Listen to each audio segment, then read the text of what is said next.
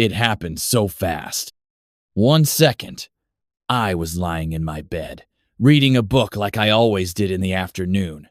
The next second, I couldn't breathe. Not like I'm a little out of breath. No, I'm talking about that sharp, terrifying moment when your chest locks up and your body panics. I clawed at my throat. My vision blurred. My head spun. Where was the air? The oxygen tank me lifeline was completely off. The soft hiss of air I'd grown used to, gone. Silent. Dead. At first, I thought it was a power outage or a malfunction. But then, I saw it. Right outside my window, standing smugly on my porch, holding the power cord in her hand like some kind of prize, was her Karen, the HOA president, the nightmare in yoga pants. And she was smiling. Yes, smiling. My heart pounded harder than ever. I tried to scream, but only a croak came out. My lungs were starving, begging for air. I reached for the emergency backup tank, but the moment I touched it, blackness. I passed out. And that's how I almost died, because Karen didn't like the way my machine looked on the porch. But how did it come to this? Why would anyone do something so cruel, so insane? Well, buckle up. Because it all started 6 months ago, the day I moved into Sunnydale Estates. 6 months. Earlier, Sunnydale Estates. Sunnydale was supposed to be peaceful. Quiet streets, trimmed hedges, neighbors that waved when they passed. It looked like something out of a postcard. I moved here after the doctor said my lungs wouldn't get better. I have something called COPD. It means I have to use an oxygen tank most of the day, especially when I sleep or do anything that makes me tired. It's not fun, but I've gotten used to it. The first week was nice. People waved. The weather was good. I thought I'd made the right choice. Until she showed up at my door. Knock, knock, knock. I opened it to find a woman in her late 50s, with perfectly styled hair and a clipboard like it was her third arm. "Hi there," she chirped, but her smile didn't reach her eyes. "I'm Karen. I'm the president of the HOA. Just wanted to welcome you to the neighborhood." I smiled politely. "Thanks. I'm still settling in." Her eyes flicked past me and landed on my oxygen machine, sitting near the window. Her smile twitched. "Yes, I noticed that thing outside. You keep it plugged in out there?" "It's a backup generator for my oxygen tank," I explained, "in case the power goes out." Karen's smile dropped like a stone. "That's a violation of HOA Code 4, Artie and Edian. No visible equipment on porches or lawns. It ruins the aesthetic." I blinked. "It's medical equipment." She waved her hand like I'd said I kept a dead raccoon on the porch. "Doesn't matter. Rules are rules." I should have slammed the door right then. Tension rises. After that day, she started watching me. I'd catch her walking her little white dog, Muffin, slowly past my house, sometimes twice in the same hour, always looking at my porch, always frowning. Then came the letters. Bright yellow HOA warnings stuffed into my mailbox every few days. Notice: unauthorized equipment in plain sight. Must be removed immediately. Final warning: oxygen equipment must be relocated indoors.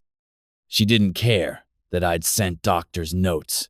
Didn't care that moving the tank inside could make it dangerous for me to get to in an emergency. Karen just wanted her neighborhood to look perfect. But it wasn't just about looks. One night, I caught her on my porch, crouching next to the tank. I flipped on the light, and she jumped like a thief. "Just checking for safety hazards," she snapped. I told her to get off my property. From that point on, things got worse. Garbage bins mysteriously disappeared. HOA fines piled up. One morning, I woke up to find that someone had sprayed "Rules Matter" in chalk on my driveway. I started locking everything. I installed a camera, but I never imagined she'd go this far. The day it happened, it was warm that day. I remember that clearly. I was in bed, reading. The machine was humming softly beside me.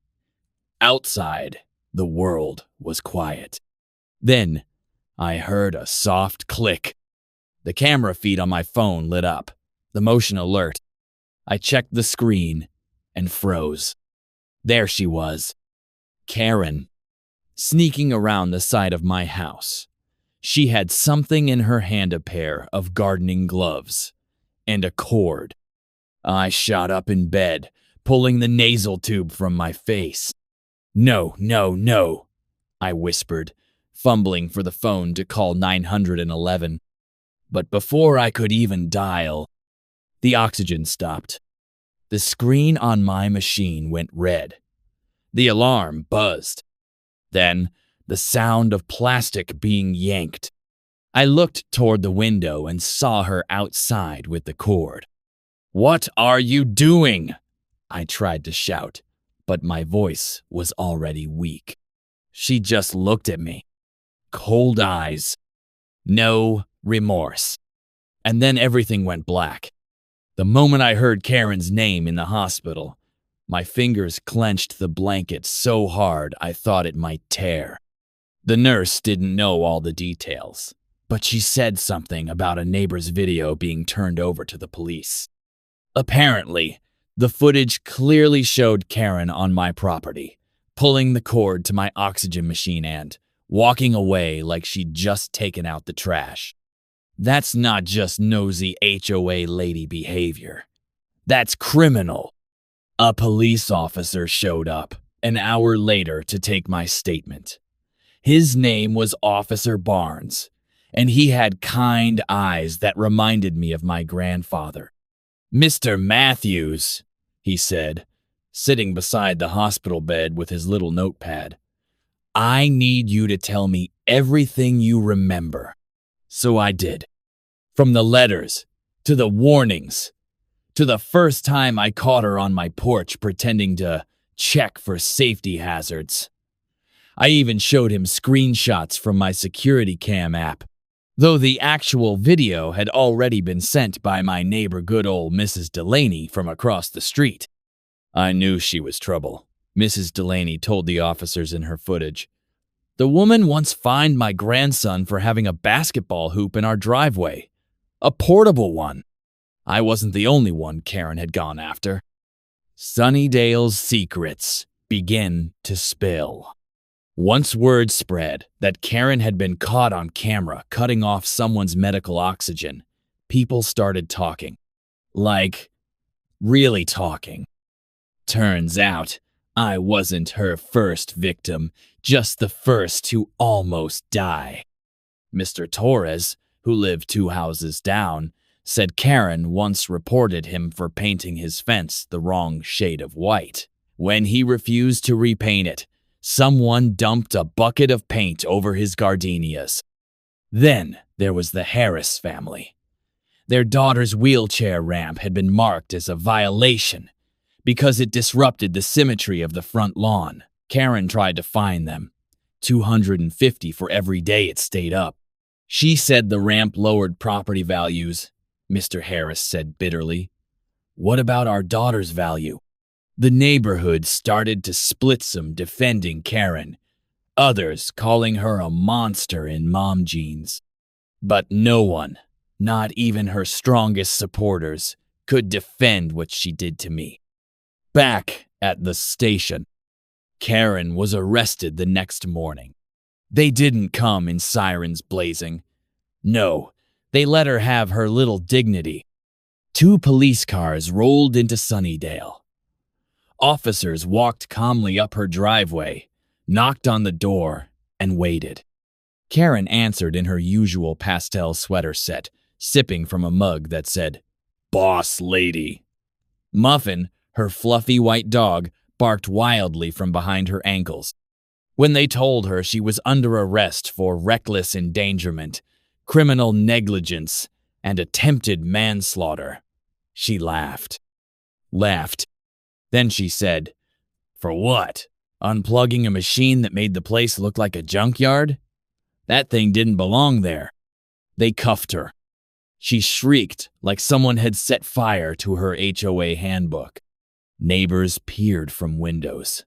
Phones were out. People filmed as she was led down her driveway in handcuffs, screaming about how this was all a setup. "I run this neighborhood. I am Sunnydale," she yelled as the officers opened the car door. No one helped her. Not even the ones who used to bring her muffins for HOA meetings. But justice isn't always simple.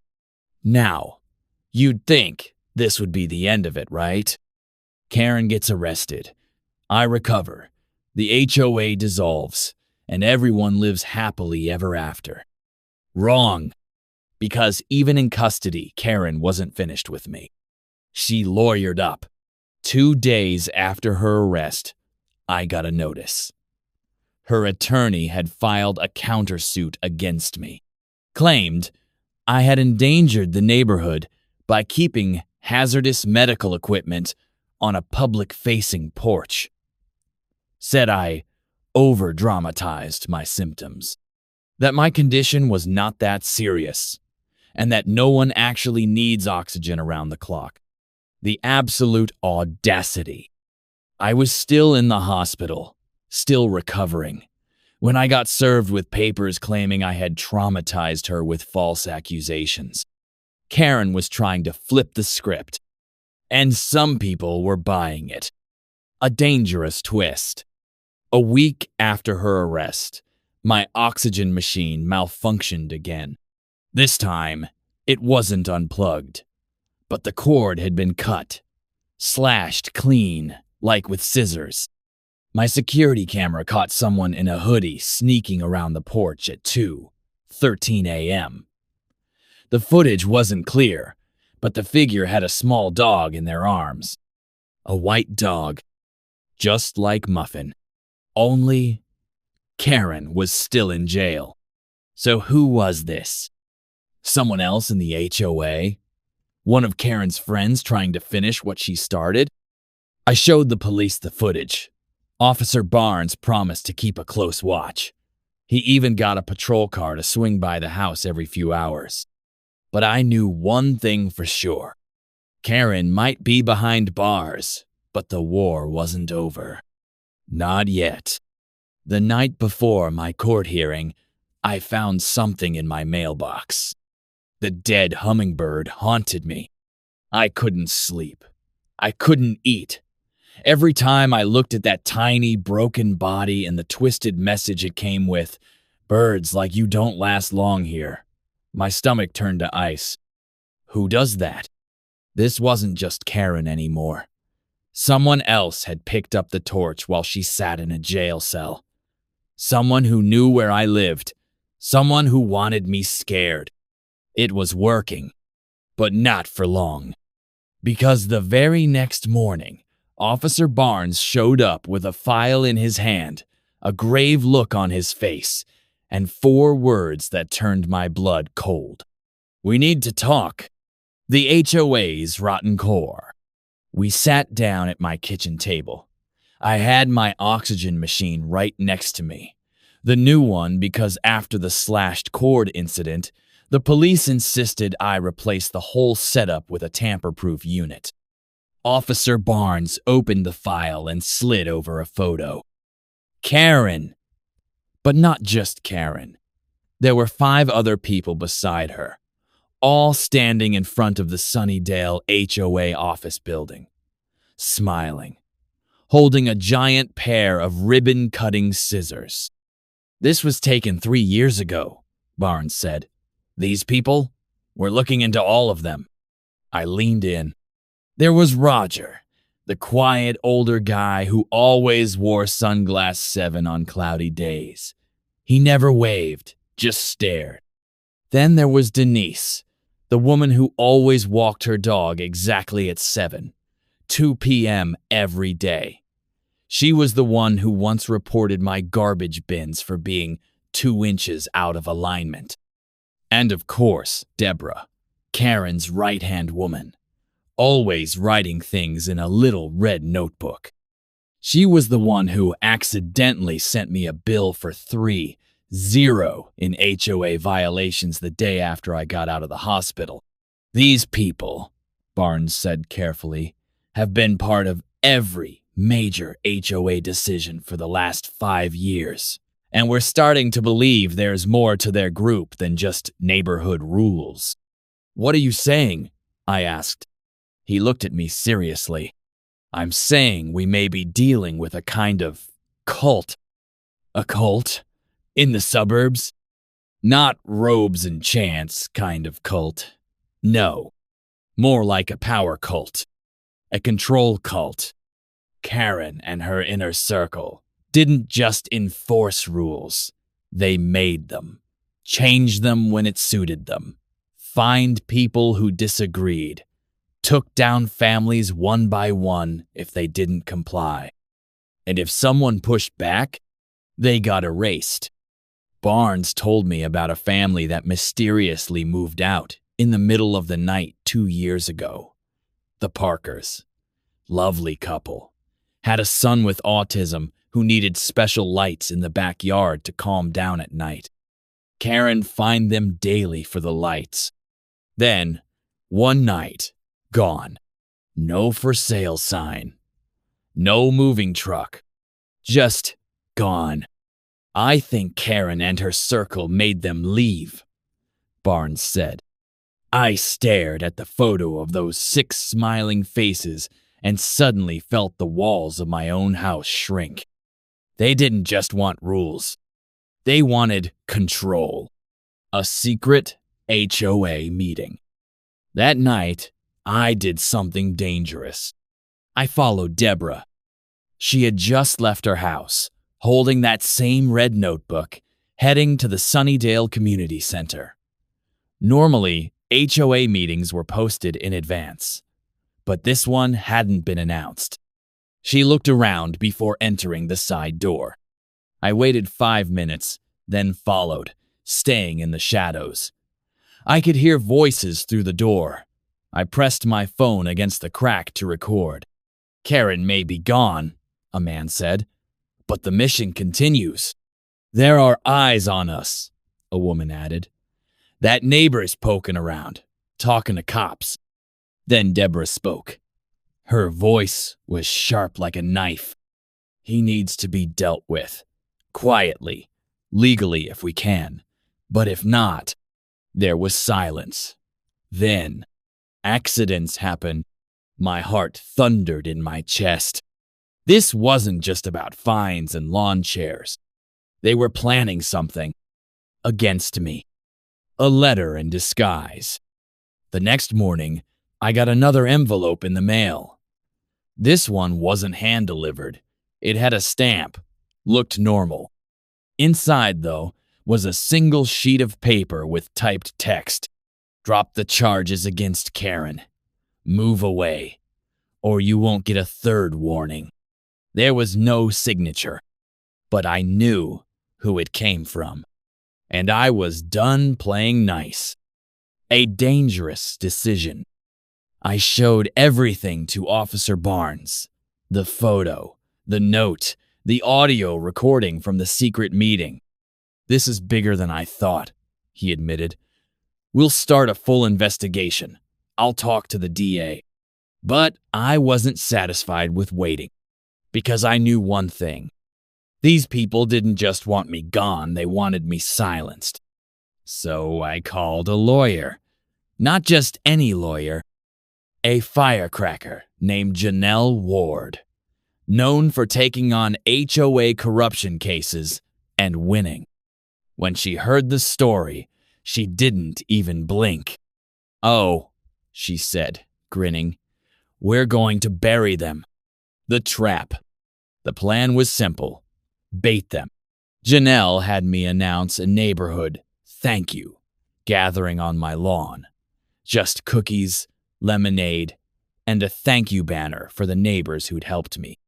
We sent invites to everyone, including Karen's crew. We wanted to see who showed up, who couldn't resist watching me smile while they burned with hate. That Saturday, about 20 people came. Kids played.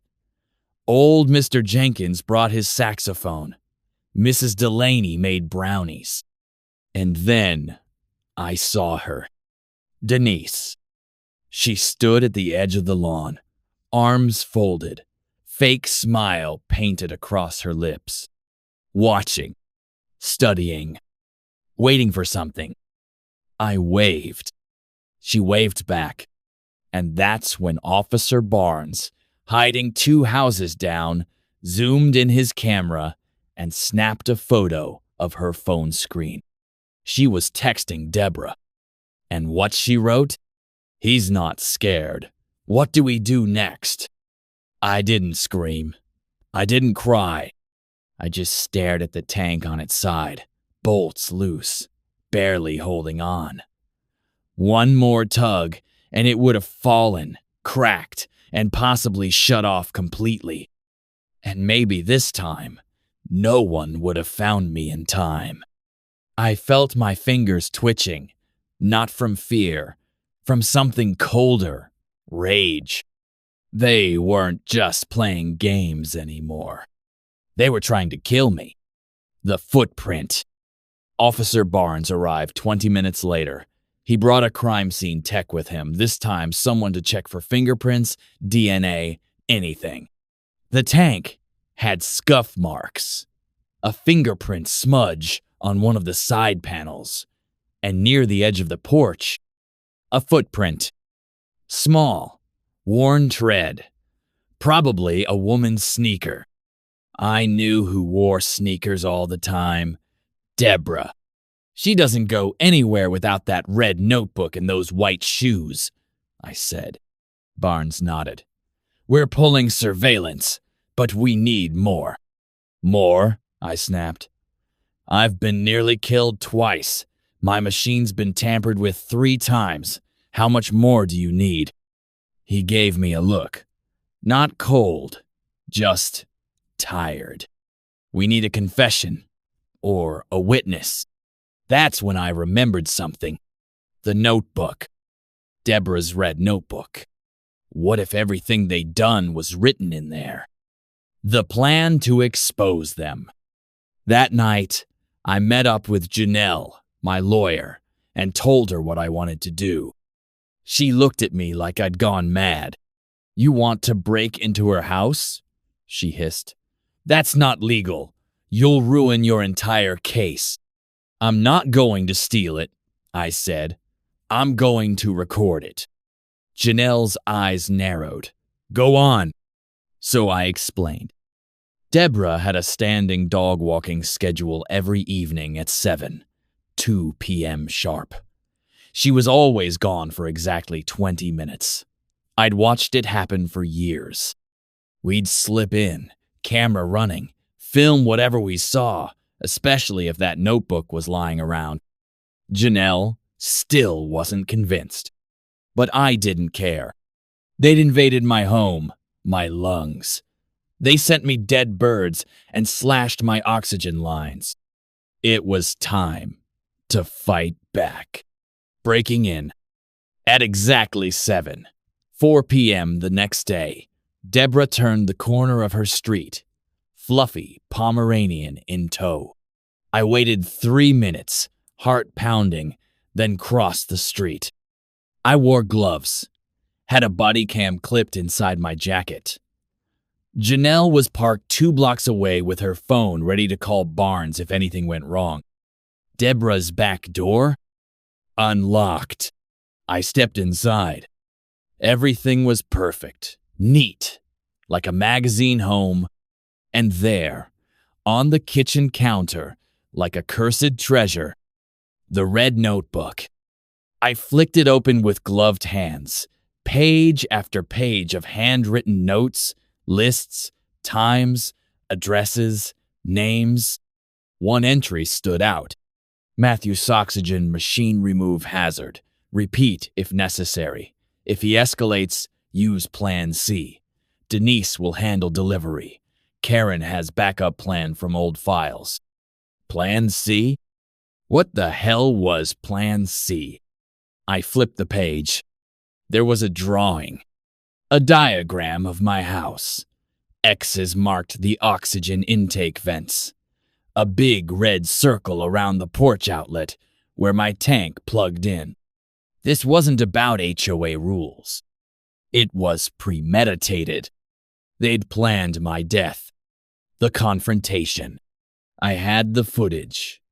I had the notes. I was halfway out the door when the worst thing happened. The front door opened. I froze. Footsteps. Deborah. She was back early. "Hello?" she called. "Is someone in my house?" I ducked behind the couch, heart slamming in my chest. Then, her voice again. Quieter. "I know you're here." Her footsteps came closer. And that's when I did the only thing I could think of. I stood up and said, "Hi, Deborah." She screamed. What are you doing in my house?" "I could ask you the same thing," I said. "Except I already know." She opened her mouth to yell again, but then she saw the camera blinking from inside my jacket. Her eyes went wide. "You recorded this?" "Everything," I said. Then I pulled out my phone and hit send. The footage went straight to Janelle and to Officer Barnes. The arrest. Deborah was arrested that night, charged with trespassing, conspiracy to commit bodily harm, and evidence tampering. The notebook was turned in as evidence. The handwriting was hers. Even her dog's name was listed on one of the pages. Pick up muffin meds, 2s, 5 p.m. It was over. Or so I thought. Karen's return. The next morning, I got a call from Officer Barnes. "You're not gonna believe this," he said. "What now?" "Karen's lawyer just made a move. She's filing a motion for early release. Says she's not a danger to the community and that Deborah acted independently." "What? But Deborah's note said..." "Yeah, but without a direct confession tying Karen to the acts, they might get her out on bail." I stared at the wall in silence. Karen, coming back? But that wasn't the worst part, Barnes continued. Also, we found something in Deborah's house, a burner phone, and a number that called it 5 times the day before your oxygen line got slashed. He paused. I didn't breathe, not because I forgot, but because I couldn't. That video, that single silent video of me sleeping while someone filmed from outside my bedroom window at 9 a.m., was more terrifying than every slashed oxygen cord, every threatening note, every whisper of the HOA cult. I sat frozen in my chair, that chilling message echoing in my mind. You thought this was over? Wait until Phase 2 begins. A knock at midnight. I called Officer Barnes, shaking. He picked up on the first ring. I got a video. Someone was at my window last night. Send it to me. Right now. I did. 10 minutes later, he was at my door. This time, he brought backup. We're putting you under watch, he said. Full surveillance, hidden cameras, pressure sensors around the house. Whatever Phase 2 is, we'll be ready. But even with all that protection, I still felt unsafe.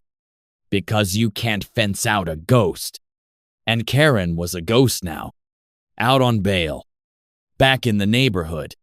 When I saw her again, it was like watching a villain walk back into a movie halfway through the credits. Karen, in her floral cardigan, big sunglasses, that permanent smirk that made my stomach twist. She was back, and not hiding it. She strutted down the sidewalk like nothing had happened, waved to a neighbor, picked a weed from someone's garden, and threw it in the trash with exaggerated disgust. "She's not allowed near you," Barnes reminded me. "Restraining order is still active." But Karen? Karen always found loopholes. 2 days later, she scheduled an emergency HOA meeting. The location? The empty lot next to my house. Technically, not breaking the restraining order. Neighbors showed up out of curiosity. Karen stood on a folding chair and began with, "I know there's been talk about our community lately, and I want to clear the air." I watched from my window, blood boiling. She painted herself as the victim, said she'd been falsely accused, that someone we was creating paranoia to distract from their own violations. I nearly broke the glass with my fist, but what she said next chilled me deeper than anything. "I'm starting a new program," she said, "for our neighborhood safety. We're calling it the HOA Home Review Team. Volunteers will do weekly checks, night and day." Night checks? Was that what Phase 2 was? Karen's little cult, walking the streets under the cover of safety, watching my house? The next night, at 2:37 a.m., the lights in my living room flickered and went out. So did the oxygen monitor alarm. The fail-safe battery kicked in, but the whole house felt like it exhaled and died. Barnes's pressure sensors caught a figure near the side of the house. A hood, a bag, gloves. He ran but not before we got the footage. Not before we found the tools left behind. Wire cutters, screwdriver, rubber gloves, and something worse, a piece of tape with the name Karen written on the inside, like she'd labeled her kit. The final straw. Janelle didn't wait. She filed for a full injunction, this time not just against Karen but against the entire HOA board. The notebook, the video, the text, the sabotage, the neighborhood watch program that was clearly a cover for stalking. The judge set a court date immediately, but the night before the hearing, Karen disappeared. The disappearance. Gone. Phone off. Car still in her driveway. Neighbors hadn't seen her since her safety speech. At first, we thought she skipped town, until Officer Barnes got a call from a farmer 5 miles out of Sunnydale. A woman's car had been found crashed into a ditch off a gravel road. No driver inside, no blood, no signs of struggle, just the door wide open, and a note taped to the steering wheel. 4 words: Phase 2 is canceled. The basement. But it wasn't over, because the next morning, when the police searched Karen's house, they found something under the floorboards in her basement. Not bodies, not money, something worse. Folders with photos, dates, names, maps of neighborhood homes mine, especially. Lists of interventions, notes about removal strategies, plans for oxygen sabotage, surveillance rotations. This wasn't just a cult. It was an operation. And Karen? She had planned every step. The final arrests. Based on the basement files, police arrested 3 more HOA board members. Roger, Denise, and a man named Kyle, someone no one ever noticed because he only handled communications. They were all tied to the sabotage, to the break-ins, to everything. Karen, however, remained missing. Until 2 weeks later, Karen's fate. A man hiking near the woods behind the county line found her. Alive. Barely. She was dehydrated, scratched up, and delirious. Her first words? "The birds. They're watching me. They know what I did." They committed her to a mental facility. Too unstable for trial. Too broken to fight back. Epilogue. A new sign. 3 months passed. The neighborhood changed. The HOA was dissolved. People planted flowers. Kids laughed again. I sat on my porch, my oxygen tank humming peacefully, and watched the sun rise without fear. One day, the city finally put up a new sign at the entrance of Sunnydale. It used to read, "Sunnydale Estates, a community of order." Now it read, "Sunnydale, a community reborn." And underneath, someone had spray painted in small, careful letters.